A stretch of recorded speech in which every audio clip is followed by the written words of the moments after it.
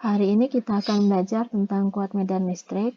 Kemarin disampaikan bahwa di antara dua muatan yang beda jenis itu akan terjadi tarik-menarik.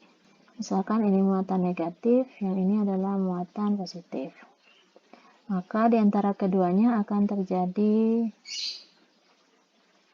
tarik-menarik dengan arah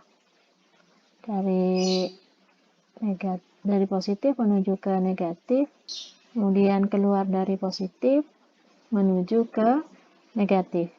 Sehingga untuk muatan positif,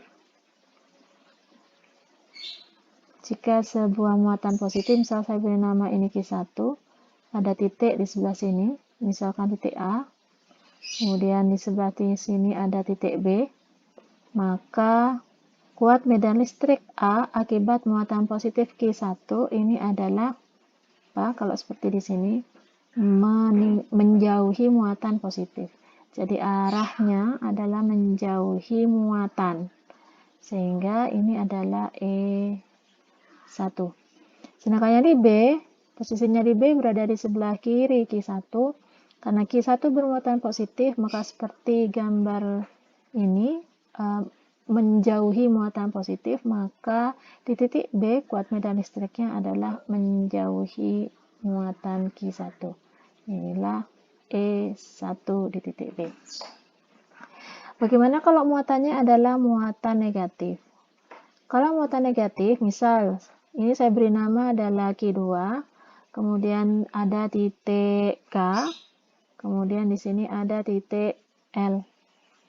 Maka jika mendapatkan kuat medan listrik akibat pengaruh muatan negatif dari Q2 berarah mendekati muatan itu.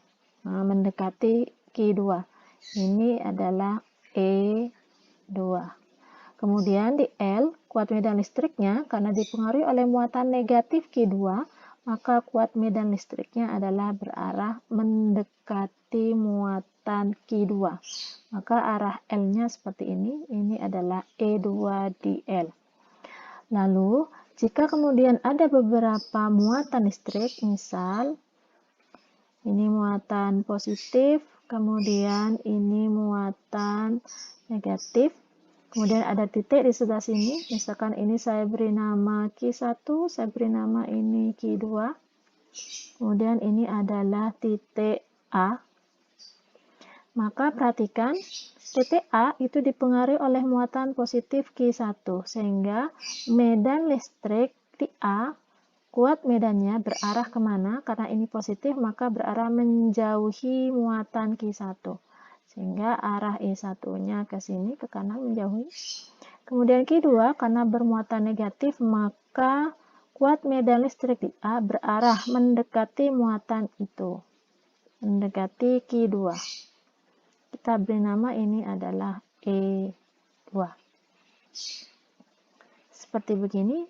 Nah, kalau misalkan muatannya, misalkan ini bermuatan negatif, yang ini juga bermuatan negatif, maka bagaimana jika misalkan titiknya ada di sebelah sini? Misal ini adalah titik B. Ini adalah Q3 misalkan, yang ini adalah Q4. Maka titik B dipengaruhi oleh Q3 bermuatan negatif, maka medan listrik B arahnya adalah mendekati muatan negatif Q3. Sehingga arahnya ini adalah E3. Bagaimana dengan Q4? Perhatikan Q4 bermuatan negatif, maka kuat medan listrik di B arahnya adalah mendekati Q4. Sehingga ini adalah E4. Gini ya.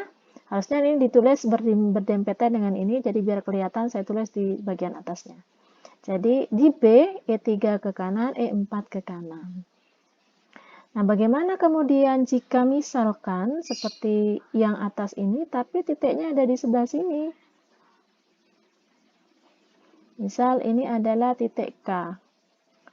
Nah, perhatikan K Perhatikan di sebelah kiri Q1 bermuatan positif, maka K itu arah kuat medannya adalah menjauhi muatan positif. Nah, ini adalah E1. Kemudian Q2 bermuatan negatif itu mendekati muatan negatif, sehingga bergerak mendekati Q2. Nah, ini adalah E2.